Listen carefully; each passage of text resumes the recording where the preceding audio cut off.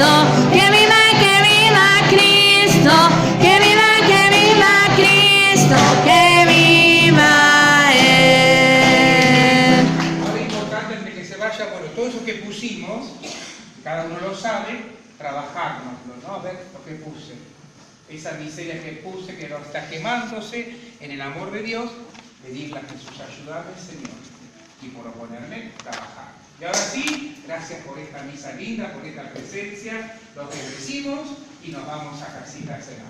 El Señor esté con todos ustedes, Con tu espíritu. descienda sobre todos ustedes, sus familiares y amigos, y los esperamos el jueves, ¿eh? Hoy no hay mate cocido porque no hay más afuera, pero el jueves hay chocolate, ¿eh? Adentro, afuera, en cualquier lado va a haber chocolate. La bendición de Dios Todopoderoso, que es Padre, Hijo y Espíritu Santo. Amén. El jueves es más tempranito, 5:30. Tenemos tiempo, salimos de la escuela, porque